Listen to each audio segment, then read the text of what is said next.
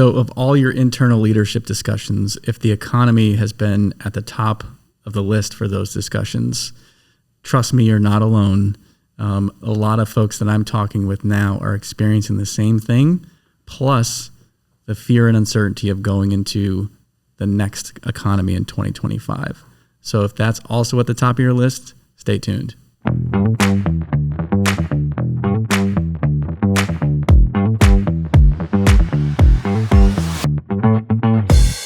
Welcome back to Endless Customers. I'm your host, Alex Winter, and today we are joined by Tom DiScipio. He's a managing partner here at Impact. He's also a client advisor and a friend. Tom, welcome back to the show. Yeah, thanks for having me. Thanks Good to be back at the round table. Yes, it's always great having you at the round table, and you're the perfect person for this discussion because today we're talking about something that's high level, something that business owners need to be thinking about, and if they're not, maybe they're struggling trying to find the balance within this of how do you manage your business and also keep your eye on the economy and economic things that affect your business. Obviously, we just came out of an election, but also thinking about COVID and just different pullbacks and things that we've experienced over the last 5 years or so.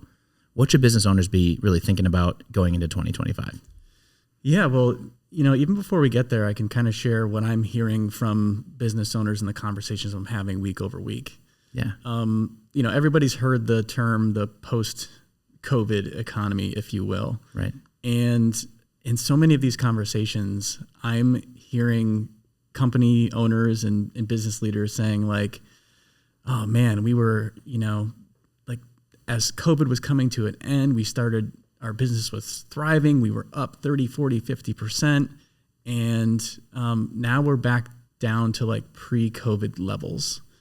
Yeah. I've heard that too. There's been that like dip up of like surge of business because of COVID. And now it seems to be, I wouldn't say dipping, but it's almost got reset back to where it was pre-COVID and pre the explosion that occurred. Yeah. And so these business owners are like, well, we've staffed up, we've prepared for this level of growth, and the growth has subsided a bit. And so we need to start generating growth again, organically, because it's not necessarily happening as a result of just the normal day-to-day economy. Right. And so they've experienced what I would call like a pullback, right? So if you think as an investor in the stock market, a lot of times, if a stock makes a huge move upwards, a nice bullish run to the upside. Yeah, like a nice parabolic run up. A lot of times following that run up, you have a pretty significant pullback. And so while folks have experienced those gains, a lot of times those gains will come back, but they'll be at a somewhat higher level than when you originally started. And that's where a lot of these CEOs and business leaders I'm talking to are feeling like they're at. Like they've made gains, but it's pulled back significantly.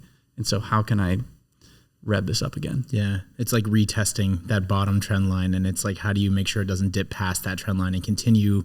Even though it might pull back a bit, it's still trending in the right direction up and to the right. Yeah. Yeah. So how do business owners do that, right? So you've been hearing this a lot, and you're a business owner yourself. So I think this is like a double entendre here of like when you're in those situations, you're starting to have that pullback, that retest. What should you be thinking about? What should you be putting into practice to make sure that you don't go back to where you started and you continue to push forward? Yeah. Well, not only can it be frustrating to experience that, but as a business owner, it can also like kind of create some fear, right? Mm-hmm. Because you're once riding these highs and things are pulling back, and it's like,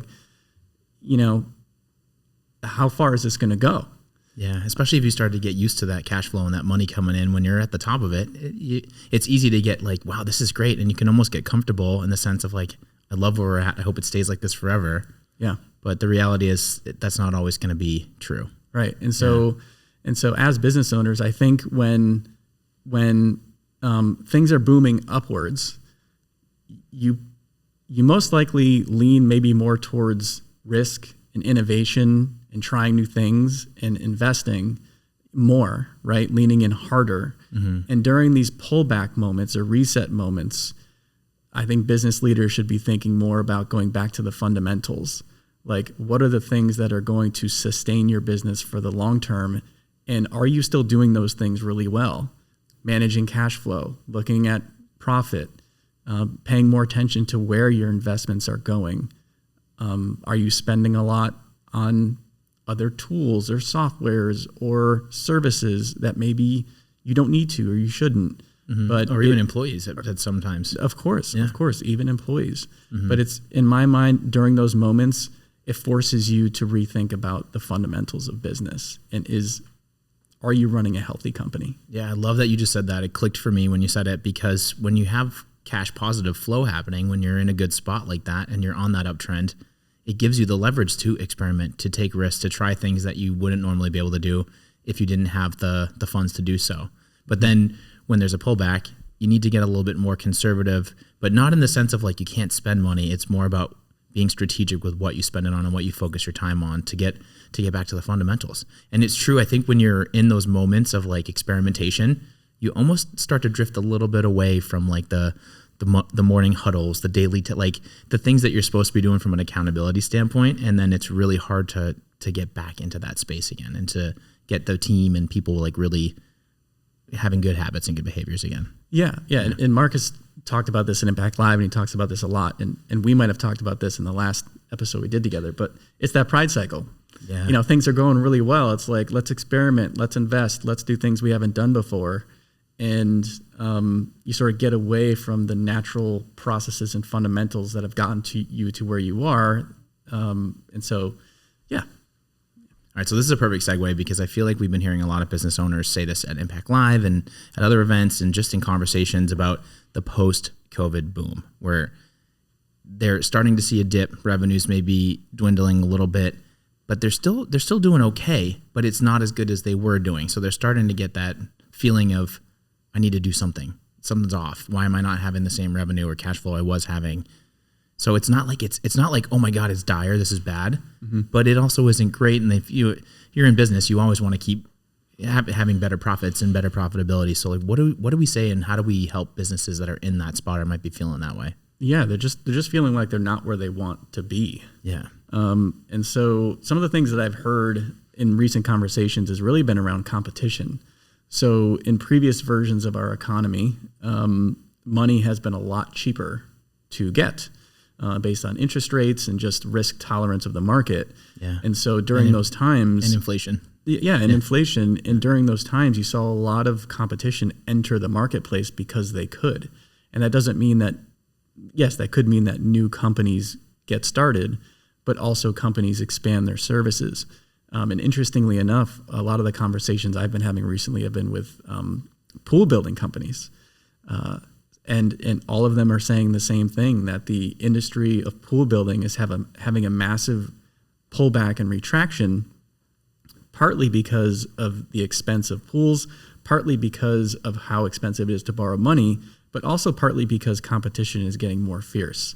And that competition is not unique to just pool building. I mean, that's across the construction world. Yeah. And the other things that have been challenging has been finding employees, because the job markets have been pretty strong, and finding great talent and talent that's expecting more money is becoming very difficult. So there's a number of things that have to get balanced, and it's making growth just harder overall to do. Yeah, no, that makes total sense. It's one of those things where pools are a great example, but there's a lot of home building examples. But I'm also thinking about, as a musician, you are too, we love our guitars, but during COVID, you were at home. So you needed to have hobbies, and playing guitar was a great hobby, playing the piano, putting a pool in for the kids so that you don't lose your sanity because everyone's cooped up in the house. Those were all very real things. But guitars were cool and pools were cool before COVID. So it was almost like COVID created this urgency, but it didn't really change the table stakes. And I'm just like, the way that you just said that, it just got me thinking that, like, sure, now COVID isn't as big of a thing. People can travel, people can go outside now, which is great. But that doesn't mean that they don't want a pool. You just have to maybe reset or reposition your approach or how you attack that conversation. Is that fair to say that? Yeah, it's fair to say that. And I think it's the desire for the pool, or whatever the thing is, has not necessarily gone down. It's that the road to getting it has become a lot more difficult. Okay. Because everything's more expensive. Right, because of everything you mentioned, right? It's a little bit more expensive to borrow money, and there's a lot more considerations that have to be made before you can make such a significant purchase, even a smaller purchase like a guitar or a pair of shoes or what have you. And so when I have these types of conversations, again, it comes back to the fundamentals of business. So like, what are going to be the things that actually help a consumer get past price and a fear of making a decision or the willingness to make a decision? And in my mind, that's brand. Definitely. People will still remain loyal to the brand despite changes in price or tolerance or things like that. So as companies, look to continue to grow, if they're coming up against these pricing conversations or, I don't want to call it nitpicky, just remember that you have a brand, and remember that the more helpful and engaging and customer centric and supportive your brand is, the more likely you are going to be able to overcome price objections caused by current state of the economy, future state of the economy. Yeah, that's really good advice. Really good advice. And it makes sense from a consumer standpoint, just speaking for myself. If I ask somebody like, why are the prices so high? Why did this go to where it was at? And they honestly explained to me right why, and that their products are still the same, but the cost of manufacturing and shipping and and interest and so on and so on. If they explain that to me, I would feel much more confident, and I'd have more trust in buying from them than somebody who's just like, oh, the prices went up, deal with it. Because that does happen. It happens where people don't really take the time to build the trust, to focus on their brand, like you're saying, and to really do they ask you answer in a way that's going to continue to push and promote confidence in people and in buyer sentiment. So that's definitely a huge piece that people have to think about. So if you're a business owner, you got all these companies that are clawing at it, there's a bit of a lull happening. What should you do to stand out? What should you do to like try to push yourself ahead a little bit and disrupt or get ahead of the crowd? Yeah, well, this brings to mind to me a quote from Warren Buffett, which I'm going to read because I don't want to butcher it, because it's so awesome. All right. And the quote is, "Be fearful when others are greedy, and be greedy only when others are fearful." And so for the listeners out there, if you don't know who Warren Buffett is, he's one of the most successful investors in the world, and has managed to be successful throughout any economy we've ever had. Yeah.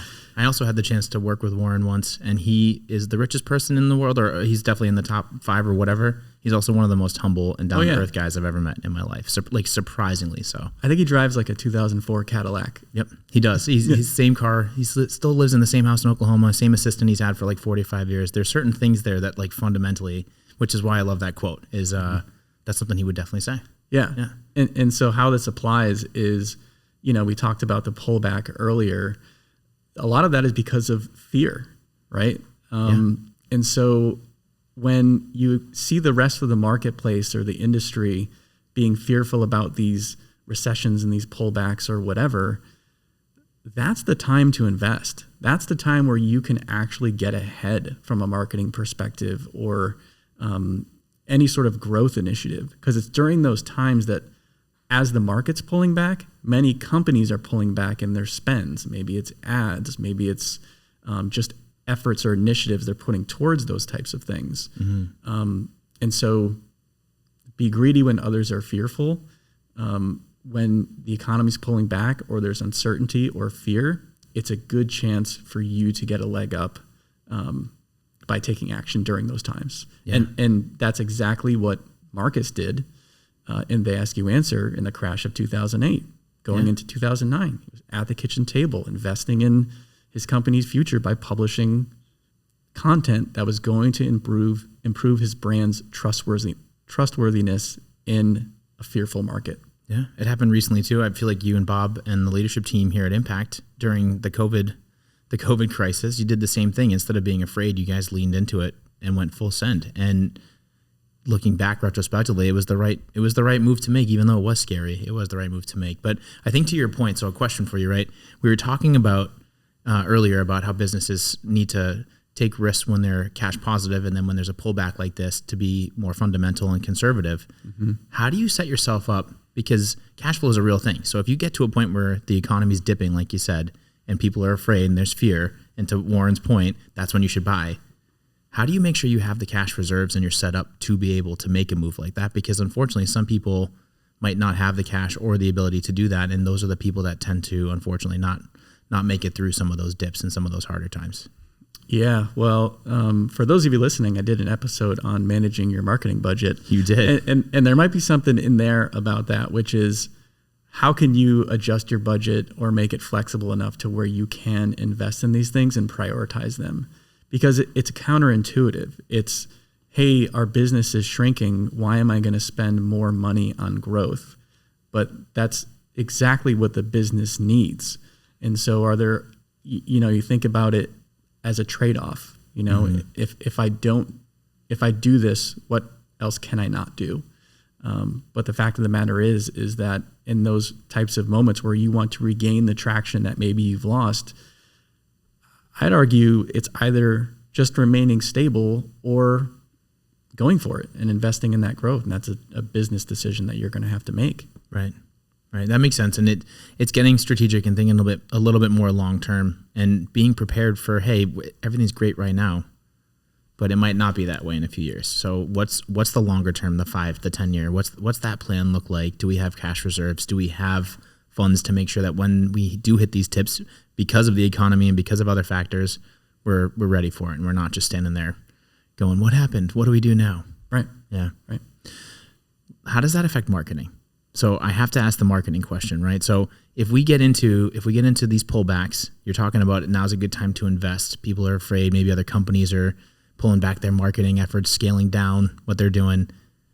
Is that a good time to put your foot on the gas and go like, yeah, I want to lean into marketing more? Is that part of this play? I know we're talking about the fundamentals of your business, but is it also a smart move to try to start leaning more heavily into promoting your company or your services or your products or whatever the case may be? Yeah, I think so, because so much of marketing can be noise, or could be bucketed in with the word saturation, right? You reach a saturation point in a marketplace or something like that.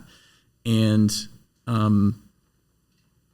it's during these times where maybe companies don't choose to not or don't have the capabilities to invest in marketing when they should be.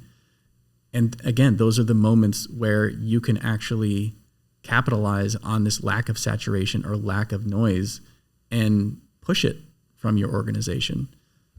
So what can we say we've learned from businesses that have gotten past or gone through this like sluggish economy?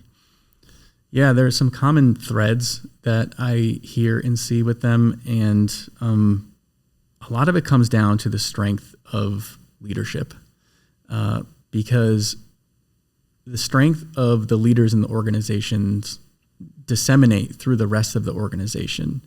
If there's a sense that there's a strong leader at the helm, the rest of the company is going to sense and want to follow through with that and support that leader. And, in talking with a lot of these CEOs, I can tell, like, yes, they were forged in the fires of this stuff. And is that right? Can you tell like a CEO that survived the 2008 crash versus somebody who started in like 2013 or 14 when the economy was like booming again?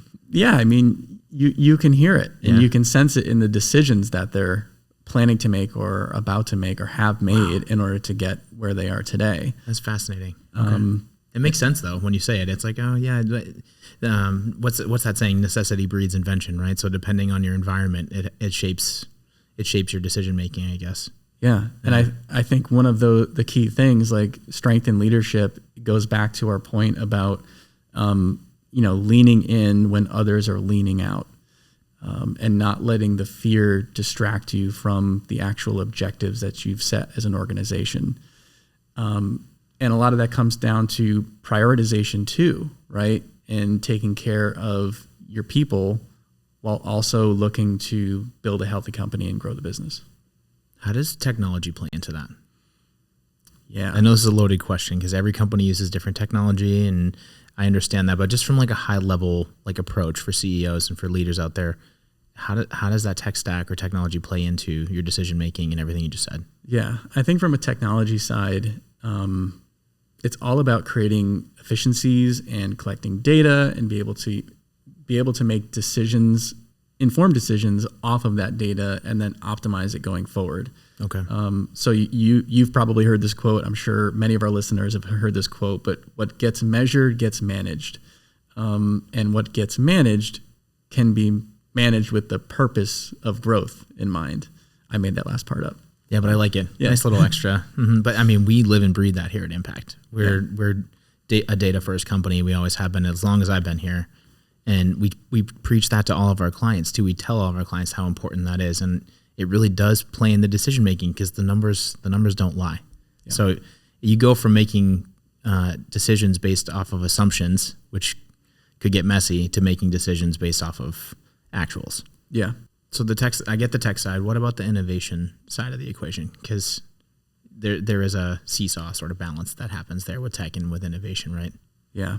Yeah. So on the innovation side, when you think about it on like a global or a broad perspective, I mean, that's the driver of net new growth in the economy, right? So it's hard to say what the economy would look like today if something like AI hadn't been released to the world, like this huge, massive piece of innovation.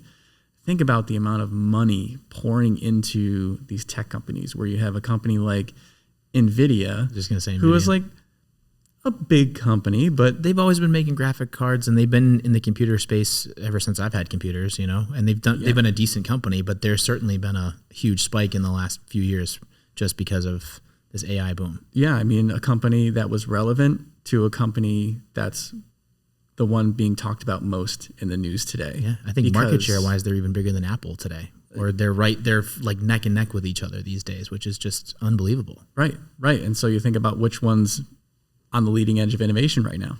Yeah. And listen, I'm an Apple fanboy, and I always will be. Yep, same.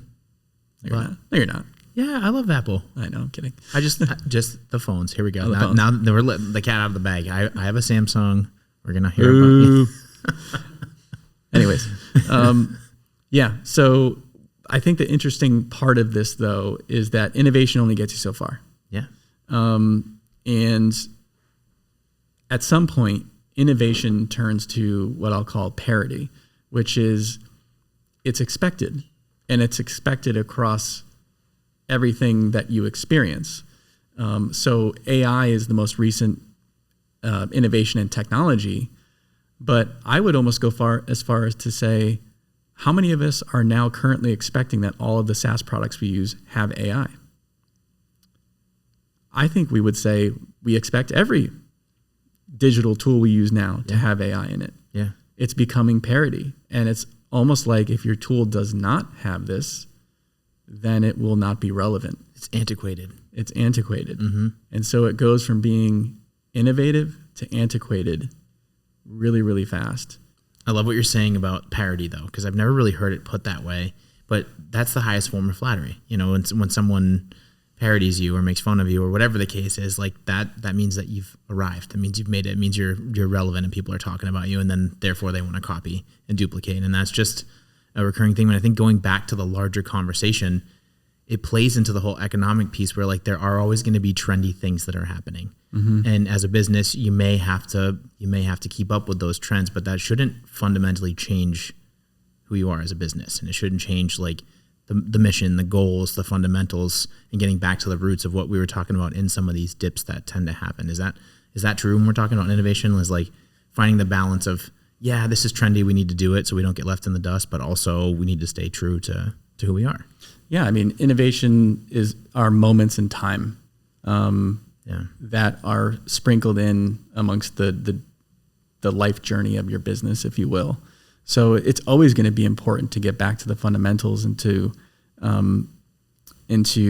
like build new things and innovate. But ultimately, it's how do we get back to running an efficient and healthy company? So how does that innovation piece play into like how it affects your products, your pricing, and like we're talking about fundamentals, but like also how does that affect your bottom line, your products and your services? Yeah, I think when people think about innovation, they think about like technology or things you can buy and stuff like that. Mm-hmm. But the idea here is you can innovate on what's happening inside your organization. You can innovate on your own processes. You can innovate on how you can reduce your time to market or build something faster or do something better. And that's the other natural course of innovation that's going to be important for, helping in specific times like this, where maybe you don't have the funds to open a new department within your organization or build a new product. It's like, let's reuse those dollars to innovate on the things we already have that are successful and double down on those. I like that. I really like that.